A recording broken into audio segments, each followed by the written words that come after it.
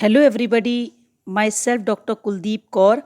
और जैसा कि आप देख रहे हैं, मैं आज आपको डिस्कस करूंगी Keshavananda Bharati versus state of Kerala. Leading important case, milestone case है जिसके बारे में हम बहुत कुछ जानना चाहते हैं। तो अगर अभी तक आपने मेरे चैनल को लाइक शेयर सब्सक्राइब नहीं किया है तो please like share subscribe my channel. और एक बात मैं आपसे ज़रूर कहूँगी कि नॉलेज को अपने तक मत रखिए, बल्कि आगे शेयर करते रहना चाहिए। अब मैं केस को डिस्कस करूंगी आपको और बताऊंगी कि इस केस में मैंने क्या क्या डिस्कस किया है। पहली बात मैं आपको बोलना चाहूँगी कि स्लाइड्स हिंदी इंग्लिश दोनों में हैं और सारी चीज़ें आपको हिंदी इंग्लिश दोनों में मिलेंगी। पहले मैं आपको डायरेक्ट इंग्लिश में ले आती हूँ और कुछ चीज़ें मैं बताऊँगी। उसके बाद मैं आपको डिस्कस करूँगी कि क्या क्या चीज़ें इंपॉर्टेंट हैं। चलिए, सबसे पहले केस को डिस्कस करने से पहले मैं आपको बता दूं कि इस केस में आपको क्या क्या पढ़ना है।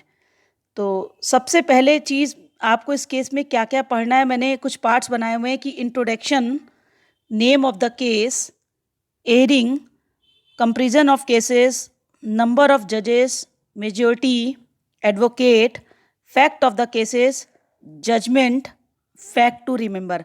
तो मैंने इस केस को 10 पार्ट में बांटा है जो चीज़ें आपको पढ़नी हैं। तो चलिए शुरुआत करती हूँ। सबसे पहले कि मैं बताना चाहूँगी कि प्रोसीडिंग कब शुरू हुई। तो प्रोसीडिंग जो शुरू हुई थी 31 अक्टूबर 1972 को, 31 अक्टूबर 1972 को प्रोसीडिंग स्टार्ट हुई। प्रोसीडिंग जो समाप्त हुई है 23 मार्च 1973 को, और डिसीजन ऑफ डेट था 24 अप्रैल 1973। तो आप देख सकते हैं मैंने लिखा हुआ है ये। तो अब प्रोसीडिंग कितने दिन चली? 68 डेज चली है।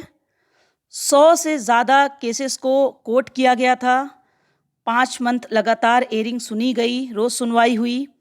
703 पेजों का 703 पेजों का डिसीज़न आया और 70 से ज़्यादा देशों के, कंट्रियों के कॉन्स्टिट्यूशन को कंपेयर किया गया। और जस्टिस देने वाले जो थे, चीफ जस्टिस सीकरी और 12 अदर जजेस की बेंच थी। सबसे लार्जेस्ट जजेस बेंच थी और मेजॉरिटी के साथ डिसीजन हुआ था 7 और 6 का।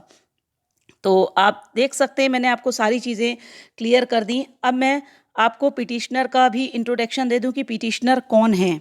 तो सबसे पहले पिटिशनर का इंट्रोडक्शन से पहले मैं बताना चाहूँगी कि केशवानंद भारती के केस के नाम से जानते हैं, लेकिन ये कौन है ये भी मैं आपको परिचय दे दूं।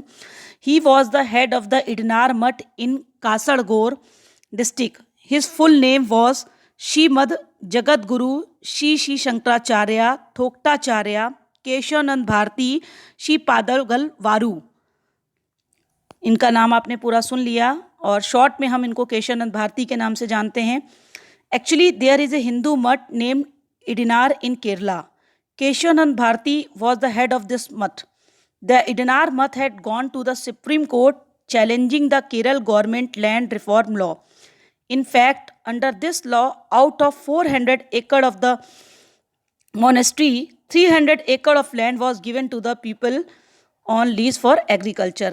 तो हुआ क्या कि ये केशवानंद भारती जी केरल में इडनार नाम के एक हिंदू मठ था, उसके प्रमुख थे और इसी मठ के प्रमुख थे। और इडनार जो मठ था, केरल सरकार के भूमि सुधार कानूनों को चुनौती देते हुए सुप्रीम कोर्ट चला गया। दरअसल इस कानून के तहत जो मठ की 400 एकड़ में से 300 एकड़ जमीन पट्टे पर खेती करने वाले लोगों को दे दी गई थी। तो 400 एकड़ में से 300 एकड़ जब मठ की ले ली गई तो उसी के खिलाफ वो कोर्ट में चला गया। तो ये आपने सुन लिया। अब जब चला गया तो और क्या चीज़ें हुई ये भी मैं आपको बता दूं। इसमें पार्लियामेंट के सामने कौन कौन से क्वेश्चन आए तो वो भी मैं आपको इंट्रो करूंगी। इससे पहले मैं आपको बताना चाहूँगी कि कौन से एडवोकेट से जो केशवानंद भारती को सुप्रीम कोर्ट में जिन्होंने रिप्रेजेंट किया था। नानी Palkhivala, the petitioner was led by counsel who along with her other advocates of the petitioner argue for 31 days. Advocate H.M. Sarvai appearing for the state of Kerala argued for 21 days allowed by advocate Niran Day. तो नानी पालकीवाला याचिकाकर्ताओं के प्रमुख वकील थे जिन्होंने याचिकाकर्ताओं के अन्य वकीलों के साथ मिलकर 31 दिनों तक बहस की। 31 डे तक दिनों तक बहस की लगातार। और जो स्टेट गवर्नमेंट, केरल गवर्नमेंट की ओर से पेश हुए थे एडवोकेट, उनका नाम याद रखेंगे, HM सिरवई ने 21 दिनों तक बहस की थी और उसके बाद एडवोकेट नीरन डे ने बहस की थी। तो ये आपको इनके नाम पता चल गए। अब मैं आगे बताना चाहूँगी कि इम्पॉर्टेंट चीज़ें क्या हैं। This case was also historical because it consider the constitution as paramount, judicial review, secularism, free election system and democracy were said to be the basic structure of the constitution, and it was made by clear that the power of parliament cannot disturb the basic structure of the constitution. The preamble of the constitution is its soul and the entire constitution is based on this. देखिए ये मामला इसलिए भी historical रहा क्योंकि उसने constitution को सर्वोपरि माना। Judicial review, secularism, free election system, democracy, इनको संविधान का मूल ढांचा कहा गया और कहा गया कि पार्लियामेंट की जितनी भी पावर है संविधान के मूल ढांचे को नहीं बिगाड़ सकती। संविधान की जो प्रस्तावना है उसकी आत्मा है और पूरा कॉन्स्टिट्यूशन इसी पर बेस्ड है। तो ये चीज़ें हिस्टोरिकल क्यों रही ये भी आपको याद हो गया होगा। अब मैं बताऊंगी कि इसके बाद क्वेश्चन कौन कौन से सुप्रीम कोर्ट के सामने आए इस केस की वजह से। Through this case, the question before the Supreme Court in 1973 was whether Parliament had the right to change the original preamble of the Constitution. Can Parliament amend fundamental rights? If yes, then what will be the limit of Parliament? देखिए इस मामले के जरिए 1973 में supreme court के सामने एक सवाल आया था, क्या पार्लियामेंट को राइट है कि वो संविधान की मूल प्रस्तावना को बदल सकता है? क्या पार्लियामेंट फंडामेंटल राइट को अमेंड कर सकता है? अगर हाँ तो पार्लियामेंट की सीमा क्या होगी? तो 3 क्वेश्चन मैंने आपको बताया जो वहाँ पर उस समय आए थे सुप्रीम कोर्ट में। तो अब मैं आगे और परिचय दूंगी इस केस का कि इस केस में और क्या क्या हुआ। तो आपने को मैंने अभी बताया था कि जो 68 डेज प्रोसीडिंग चली, हियरिंग सुनी गई, 5 महीने लगातार हुई थी, 13 जजेस थे, justice chief justice SM Sikri, ये सब लोग थे। और इन्होंने सबने 13 लोगों ने, जजेस ने मिलकर पार्लियामेंट को क्या कहा था कि parliament has the power to amend the constitution but the basic structure of the parliament of the constitution can not be change. देखिए संसद जो है वो संविधान में संशोधन कर सकती है लेकिन प्रेम्बल में संशोधन नहीं किया जाएगा। No amendment can be against the split of preamble. कोई ऐसा संशोधन नहीं होगा जो प्रस्तावना की मूल आत्मा को नष्ट करता हो। तो चलिए मैं और भी कई चीज़ें आपको बता दूंगी। अब केस के बारे में मैं थोड़ा सा आपको डिस्कस करूं, फिर मैं और भी ऐसी चीज़ें बताऊंगी जो स्लाइड्स में नहीं है। In Keshavananda Bharati versus state of Kerala AIR 1973 Supreme Court 1461. The Supreme Court reconsidered the constitutional amendment power of Parliament in the case of Keshavanand Bharati, in which Keshavanand Bharati had challenged the constitutionality of the Kerala Land Reform Act 1963.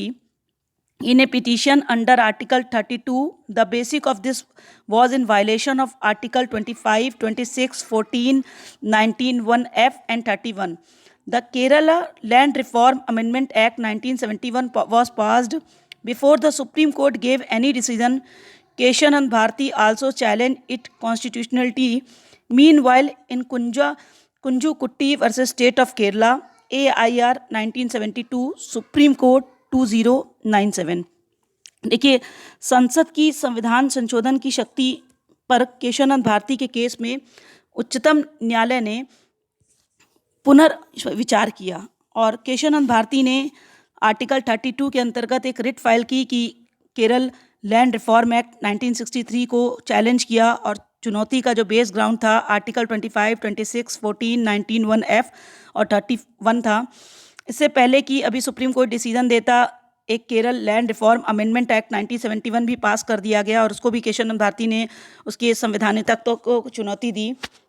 इसी में एक case Kunju कुट्टी versus Kerala राज्य का AIR 1972 supreme court 2097 भी आया और एक केस और आया कि Narayan Nair versus state of Kerala का AIR 1971 केरला 98। दोनों केसों में उच्चतम न्यायालय ने बहुमत के द्वारा एक निर्णय की पुष्टि की कि केरल भूमि सुधार अधिनियम के कुछ उपबंध असंवैधानिक घोषित कर दिए गए हैं। तो आप देख रहे हैं मैंने लिखा भी हुआ है कि certain provision of the Kerala reform act were declare unconstitutional on which parliament pass the 3 constitutional amendment act 24, 25, 29 were passed and the Kerala land reform amendment act 1969 and the Kerala land reform act 1971। आप देख सकते हैं संसद ने 3 संविधान संशोधन अधिनियम 24वां, 25वां, 29वां, 24, 25, 29 पास किया था और केरल भूमि सुधार amendment act 1969, Kerala land reform act 1971 को 9 शेड्यूल में शामिल भी कर लिया गया। इस पर भी पिटिशनर ने क्या किया, कॉन्स्टिट्यूशनल अमेंडमेंट को चैलेंज किया था। तो पिटिशनर कौन है? केशवानंद भारती जी, जिनका इंट्रोडक्शन मैं पूरा पहले आपको दे चुकी हूँ। तो केस की सुनवाई के लिए 13 जजेस को अपॉइंट किया गया और उस समय जब 13 जजेस की एक स्पेशल न्यायपीठ गठित की गई और उस न्यायपीठ ने जो डिसीजन दिया था कि 24, 25, 29 जो अमेंडमेंट है कॉन्स्टिट्यूशनल का, वो निर्णय दिया कि जो 25वां अमेंडमेंट एक्ट का सेक्शन 3 है वो अनकॉन्स्टिट्यूशनल डिक्लेयर कर दिया गया, जिसके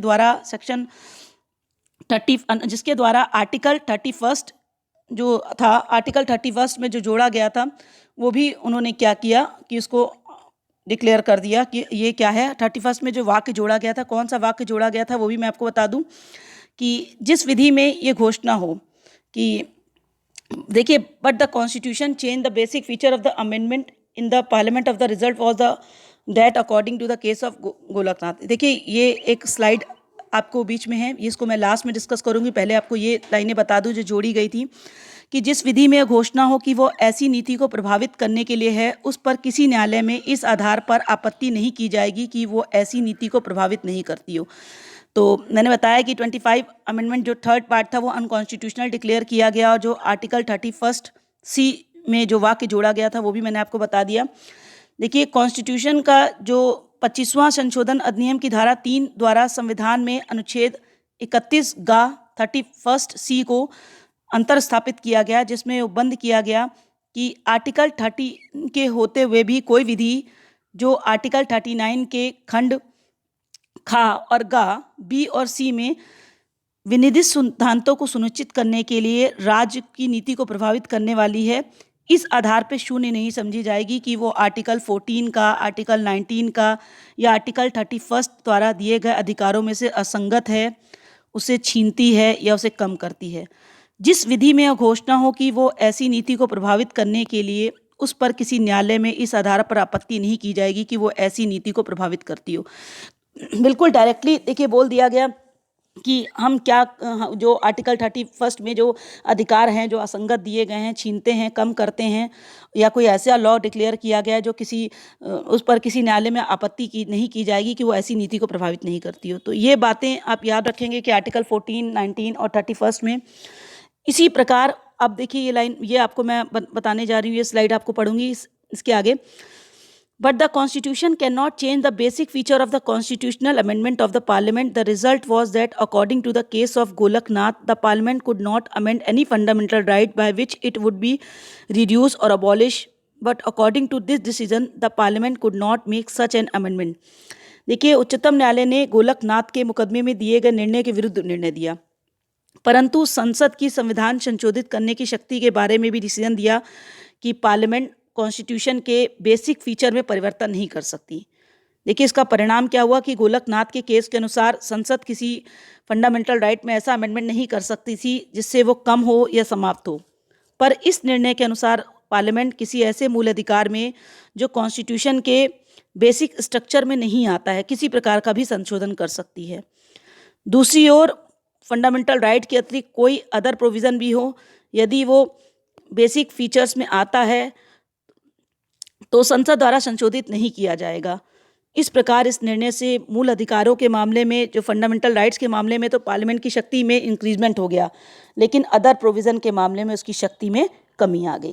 भाई देखिए, पार्लियामेंट क्या कर सकती है, फंडामेंटल राइट्स में तो अमेंडमेंट कर पाएगी, लेकिन जो ऐसी कैरेक्टरिस्टिक जो कॉन्स्टिट्यूशन के बेसिक फीचर्स में आता है, तो बेसिक फीचर्स में आता है, उनमें कोई भी अमेंडमेंट पार्लियामेंट नहीं कर पाएगी। बिल्कुल क्लियरली बोल दिया गया। अब जो क्वेश्चंस आए थे, उन क्वेश्चंस को जवाब देते हुए जजेस ने क्या कहा वो भी मैं आपको बता दूं। Now the question is, what are the basic feature of the constitution? The supreme court did not answer this question. Some judges gave some example of basic feature. According to Chief Justice Sikri, the basic feature structure of the Constitution consists of the following feature. supremacy of the constitution, democratic republic, secularism, legislature, separation of power of legislature, executive and judiciary, federal constitution. तो देखिए प्रश्न यह है कि संविधान के कौन कौन से बेसिक फीचर्स हैं, और उच्चतम न्यायालय ने इस प्रश्न का उत्तर ही नहीं दिया। लेकिन कुछ जजेस ने बेसिक फीचर्स के कुछ एग्जाम्पल दिए। जैसे मुख्य न्यायमूर्ति सीकरी के अनुसार जो बेसिक स्ट्रक्चर में कौन कौन से कैरेक्टरिस्टिक आते हैं: सुप्रीमेसी ऑफ द कॉन्स्टिट्यूशन, संविधान की सर्वोच्चता; डेमोक्रेटिक रिपब्लिक, लोकतंत्रात्मक गणराज्य; सेकुलरिज्म, धर्मनिरपेक्षता; विधानमंडल, कार्यपालिका और न्यायपालिका की शक्तियों का पृथक्करण; परिसंघी संविधान। उसके बाद जस्टिस मुखर्जी और हेगड़े ने भी कुछ कैरेक्टरिस्टिक बताए, जैसे कि भारत की प्रभुता, sovereignty of India, democratic form of government, लोकतंत्रात्मक सरकार, यूनिटी ऑफ द नेशन, राष्ट्रीय एकता, essential feature of individual freedom guaranteed by the constitution, संविधान द्वारा दी गई व्यक्तिगत स्वतंत्रताओं के आवश्यक लक्षण, कल्याणकारी राज्य और समतापूर्वक समाज बनाने का आदेश। और न्यायमूर्ति जगमोहन रेड्डी ने भी न्यायपालिका की स्वतंत्रता, लोकतंत्र और धर्मनिरपेक्ष को आधारित लक्षण बताया। देखिए न्यायाधीश जगमोहन रेड्डी ने भी लोकतंत्र, डेमोक्रेसी को और धर्मनिरपेक्षता को आधारित लक्षण बताया। तो मैंने ये आपको जजेस की राय भी बता दी कि जजेस ने अपनी अपनी क्या क्या राय दी। अब मैं बताना चाहूँगी कि अब आपको इस केस में क्या क्या चीज़ें याद रखनी है, fact to remember. This case was also historical because it considered the constitution as paramount. तो आप judicial review, secularism, free election system and democracy was said to be the basic structure of the constitution, and it was made clear that the power of the parliament cannot disturb the basic structure of the constitution. The preamble of the constitution is sole and the entire constitution is based on this. तो the hearing of this case lasted for 68 days and 30 judges bench headed by Chief Justice S.M. Sikri gave this historical decision. तो ये सारी चीज़ें मैं आपको fact of remember में कहूँगी कि आपको याद रखना चाहिए कि फैक्ट ऑफ रिमेंबर क्या क्या चीज़ें हैं। मामला इसलिए भी मैंने कहा ऐतिहासिक रहा क्योंकि इसने कॉन्स्टिट्यूशन को सर्वोपरि माना, जुडिशियल रिव्यू, डेमोक्रेसी, सेकुलरिज्म और इन सबको बेसिक स्ट्रक्चर माना गया और का साफ किया गया कि पार्लियामेंट की पावर संविधान के बेसिक स्ट्रक्चर को नहीं बिगाड़ सकती। संविधान की जो प्रस्तावना है उसकी आत्मा है और पूरा संविधान इसी पर आधारित है। सुनवाई 68 डेज तक चली और मुख्य न्यायाधीश S.M. सीकरी की अध्यक्षता वाली 13 जजेस की बेंचों ने एक ऐतिहासिक फैसला सुनाया था। हालांकि देखिए जजेस की राय बटी हुई थी, मगर 13 जजों की बेंच में से 7 जजों ने बहुमत से फैसला दिया था और संसद की शक्ति संविधान जो संशोधन करने की थी, लेकिन कहा कि संविधान संशोधन करने की तो शक्ति है लेकिन वो बेसिक स्ट्रक्चर में चेंज नहीं कर सकती है, क्योंकि कोई भी संशोधन प्रस्तावना की भावना के खिलाफ नहीं हो सकता है। तो डायरेक्टली बता दिया गया कि अगर कोई ऐसा अमेंडमेंट है जो पार्लियामेंट की कर रही है, जो संशोधन कर रही है, वो क्या है, मूल ढांचे के खिलाफ है, तो ऐसे संशोधन को हम एक्सेप्ट नहीं करेंगे। तो Bharti did not get personal relief in this case, but due to this case, Keshanand Bharti versus State of Kerala, an important constitutional principle was created which limited the power of Parliament to amend. देखिए इस मामले में भारती को व्यक्तिगत राहत तो नहीं मिली, लेकिन Keshavananda Bharati versus state of Kerala मामले की वजह से एक महत्वपूर्ण संवैधानिक संशोधन कह सकते हैं कि सिद्धांत का निर्माण हुआ कि इसमें संसद की संशोधन करने की शक्ति को सीमित कर दिया गया। और आपको मैं पहले ही बता चुकी हूँ कि फैसला कब सुनाया गया। 24 अप्रैल 1973 को, जिस दिन chief justice M.M. Sikri retire हुए थे, उसी दिन ये फैसला सुना दिया गया कि भाई फैसले के जजमेंट की डेट आ गई कि भाई जिस दिन वो रिटायर हुए 24 अप्रैल को भारत के सर्वोच्च न्यायालय के 13 न्यायाधीशों द्वारा दिए जाने वाला एकमात्र मामला था कि 13 जजेस ने इसको डिसीजन को दिया था और सबसे बड़ी बेंच ने सबसे बड़ी दलीलें सुनी, जो कि 5 महीनों में कह सकते हैं 5 महीनों में 68 डेज तक चली और कानूनी साहित्य के व्यापक क्षेत्रों को शामिल किया गया। 11 विद्वानों की राय से 703 पन्नों का निर्णय सुनाया गया। जजमेंट भी आप याद रखेंगे 703 पन्ने।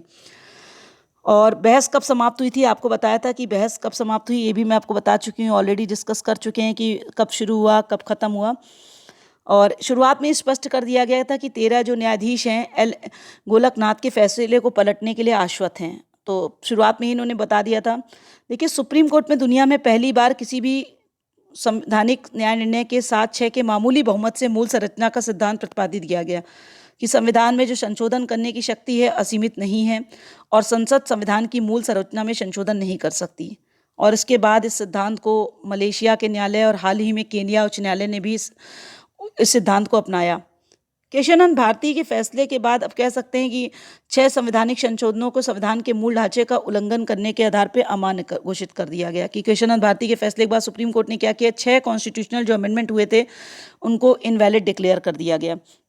तो कौन कौन से केसेस में, इंदिरा गांधी वर्सेस राजनारायण मामले में आर्टिकल 329A सब क्लॉज 4 को रद्द कर दिया गया, जो 39 कॉन्स्टिट्यूशन अमेंडमेंट 1975 के माध्यम से जोड़ा गया था, इस आधार पे कि ये एक स्वतंत्र और निष्पक्ष चुनाव का उल्लंघन करता है जो संविधान की एक बुनियादी विशेषता है।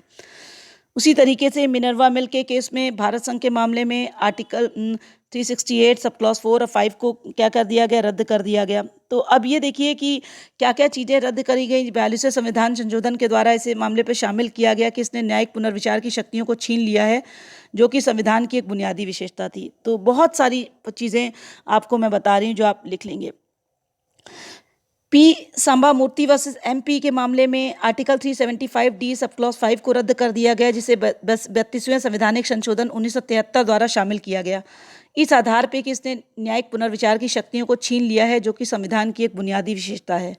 एक केस और आया कि होन्तो होलो ह्वान वर्सेस जाचलू मामले ने 10वीं अनुसूची के पैरा 7 को रद्द कर दिया, जिसमें 52 कॉन्स्टिट्यूशन अमेंडमेंट 1985 द्वारा शामिल किया गया, इस आधार पे कि इसने न्यायिक रिव्यू की शक्तियों को छीन लिया और इसके साथ ही इस आधार पे कि आर्टिकल 368 के प्रोविज़न के तहत प्रक्रिया का पालन नहीं किया गया। तो कोहंतो के मामले में भी हुआ ऐसा। बहुत सारे केसेस का मैं आपको रेफरेंस दे रही हूँ, आप याद रख सकते हैं। L Chandra Kumar versus union of India के मामले में भी यही हुआ कि इसको हटा दिया गया और न्यायिक पुनर्विचार की शक्तियाँ जो हैं संविधान की मूल विशेषता है, चीज़ें क्यों रद्द कर दिया गया। Supreme court advocate on record association versus union of India के मामले में आर्टिकल 124 को article 124A sub clause A से C तक, आर्टिकल 127, 128, 217, 222, 224, 224A, 231 को समाप्त कर दिया गया, जिन्हें 99 कॉन्स्टिट्यूशन अमेंडमेंट द्वारा 2014 में शामिल किया गया था कि वह इन अनुच्छेदों ने न्यायपालिका की स्वतंत्रता का उल्लंघन किया है, जो कि संविधान की एक बुनियादी विशेषता है। तो ये सारे भी चीज़ें हटा दी गई। और चीफ जस्टिस MM सीकरी, न्यायमूर्ति JM शेलत, न्यायमूर्ति ग्रोवर, न्यायमूर्ति KH हेगड़े, न्यायमूर्ति मुखर्जी, न्यायमूर्ति जगमोहन रेड्डी, न्यायमूर्ति HR खन्ना ने बहुमत का फैसला सुनाया। जो अल्पसंख्यक जजेस थे NAN राय, न्यायमूर्ति मैथुज, न्यायमूर्ति बेग, न्यायमूर्ति द्विवेदी, न्यायमूर्ति पालेकर और न्यायमूर्ति V चंद्रचूड़ ने दी थी। तो मैंने आपको बताया कि मेजॉरिटी में कौन थे और माइनॉरिटी में कौन थे, ये भी एक लिस्ट बना दी आपके लिए। तो जजमेंट जो आया था कि भारती को देखिए पर्सनल रिलीफ नहीं मिला था, लेकिन उनकी कह सकते हैं कि उन्हीं की कोशिश की वजह से कॉन्स्टिट्यूशन में एक नया प्रिंसिपल लेट डाउन हुआ कि जो पार्लियामेंट के पास एक लिमिटेड पावर है, कॉन्स्टिट्यूशन को वो अमेंड कर सकती है फंडामेंटल राइट्स को, लेकिन मूल ढांचे में कोई भी वो परिवर्तन नहीं कर सकती है। इसीलिए केशवानंद भारती को संविधान का रक्षक भी कहा गया कि उनके केस के द्वारा ऐसी चीज़ों को बताया गया जो अभी तक कभी भी क्लेरिफाई नहीं हुई थी। तो अभी बहुत सारी चीज़ें मुझे भी आपको बतानी है, मैं आपको बताना चाहूँगी। पहले मैंने आपको ये सब चीज़ें बताई, कुछ चीज़ें मैं भी आपको और डिस्कस करना चाहती हूँ। देखिए हुआ क्या कि केशवानंद भारती वर्सेस केरल राज्य के ऐतिहासिक मामले में 24वें संशोधन अधिनियम की विधिमानता को उच्चतम न्यायालय में चुनौती भी दी गई थी। और इस समय जो सरकार की ओर से जो तर्क दिया गया था कि संसद की शक्ति असीमित तथा नियंत्रित है, और तो यहाँ पर सरकार का देखिए क्या कथन है। देखिए संक्षेप में हम कह सकते हैं कि गवर्नमेंट के अनुसार संविधान के रिपील को छोड़कर किसी भी प्रकार का संशोधन किया जा सकता है। गवर्नमेंट देखिए क्या कहती है कि हम कॉन्स्टिट्यूशन को रिपील को छोड़कर किसी भी प्रकार का अमेंडमेंट कर सकते हैं। गवर्नमेंट बिल्कुल अलग बात, गवर्नमेंट ने अपना तर्क रखा था कोर्ट में, जबकि पिटिशनर की ओर से क्या कहा गया था ये भी मैं आपको बता दूं कि संसद की संविधान में संशोधन करने की शक्ति असीमित नहीं है और वह संसद को संविधान को नष्ट करने की अनुमति नहीं देता है। संविधान ही संसद का जनक है, अतः संसद संविधान में निहित मूल तत्वों के अनुसार ही अपनी शक्तियों का प्रयोग कर सकता है। मूल तत्व संविधान की प्रस्तावना तथा अन्य उपबंधों में निहित है। तो ये सब चीज़ें लिखी हुई नहीं हैं, तो वो मैं आपको इस समय डिस्कस कर रही हूँ। उस मामले की जो सुनवाई थी उच्चतम न्यायालय की एक विशेष न्यायपीठ ने की थी, मैंने आपको बता ही चुकी हूँ, जिसमें 13 न्यायाधीश थे और सभी 11 न्यायाधीशों ने अपने निर्णय अलग अलग दिए थे। तो उच्चतम न्यायालय ने देखिए एक सर्वसम्मति से निर्णय दिया कि संसद को मूल अधिकारों में संशोधन करने की शक्ति प्राप्त है, लेकिन हम संविधान के बेसिक स्ट्रक्चर में चेंज नहीं कर सकते, हम उन चीज़ों में चेंज नहीं कर पाएंगे जो संविधान की आधारिक लक्षण हैं। बेसिक स्ट्रक्चर में कभी भी चेंज नहीं किया जाएगा। तो ये मैंने आपको बताया, इंपॉर्टेंट चीज़ें बताई। ये सब चीज़ें मैं आपको ऑलरेडी बता चुकी हूँ, कितने जजेस थे। मैं अभी ऐसी चीज़ें बोल रही हूँ जो आपने नहीं सुनी हैं, जो स्लाइड्स में भी नहीं है।